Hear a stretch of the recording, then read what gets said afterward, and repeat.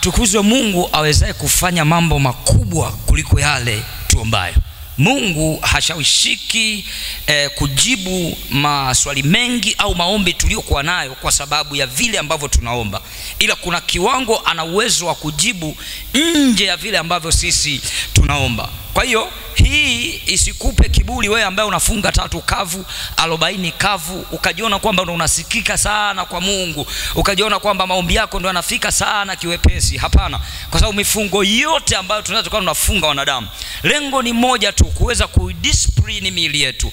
Kwa hiyo ukizungumza kwamba nimepata matokeo haya kwa sababu ya 3 kavu, hapana. Inawezekana wewe ndio ulikuwa changamoto, so mwili wako ulikuwa kikwazo cha kukufanya usipokee majibu yako kwa haraka. So ulivyoenda 3 kavu, maana yake ulikwenda kudiscipline, ukautia nidhamu mwili ukawa na access ya kuweza kukutana na Mungu kirahisi. Huu mwili ambao tumeumbiwa sisi wanadamu, asili ni kwamba umetokea kwenye udongo.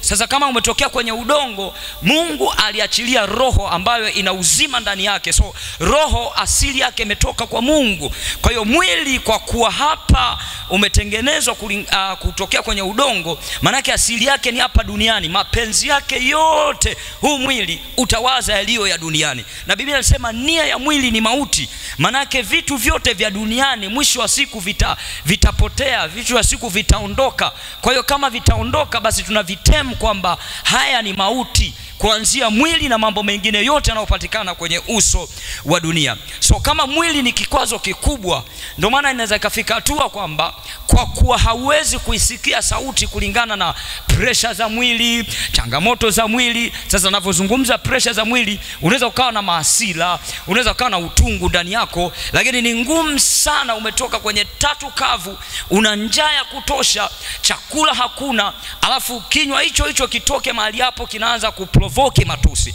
Ni kazi sana, manake paka hapa umeudiscipline mwili. So kama ilikuwa kinywa ndo kinakukwamisha wewe kuinteract na Mungu, kwa sababu ulimi wako umejaa matusi, ndimi zako zimejaa matusi, basi kwa wakati huu sasa, kama ulipaswa kuisikia sauti ya Mungu kuhusu biashara yako, utaisikia, kwa sababu kilichokuwa kinakukwamisha umekwenda kukidiscipline.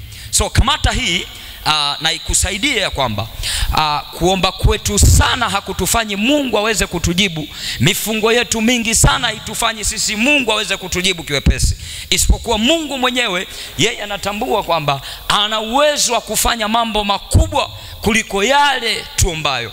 Manake hii kuna namna ambayo Mungu ametuweka, yeye ana uwezo kufanya vitu vikubwa kuliko vile tuviombavyo. So kama kuna watu huwa wanaamini kwamba majibu yao yote ni kwa sababu ya juhudi za kuomba kwao, hapana, ni uongo mkubwa sana. Biblia inasema kwamba na wapenda wale wanipendao mimi, wanitafutao kwa bidii, hao wataniona. Utofauti wa mtu mmoja, Mkristo mmoja na mwingine, mwanadamu mmoja na mwingine, ni kwa vile yeye ana ukaribu na Mungu kiasi gani. Lakini dimension ya upendo, dimension ya kujibiwa iko pale pale, ila wewe una ukaribu na Mungu kiasi gani. So kama huyu ameomba hakujibiwa, manake yuko mbali na Mungu ambaye anamuomba. Lakini huyu aliyeomba akajibiwa, kuna namna amemsogelea Mungu kwa ukaribu. So Mungu wakati anaachilia majibu, yeye yuko tayari kupokea, kwa sababu yupo karibu na vile vitu.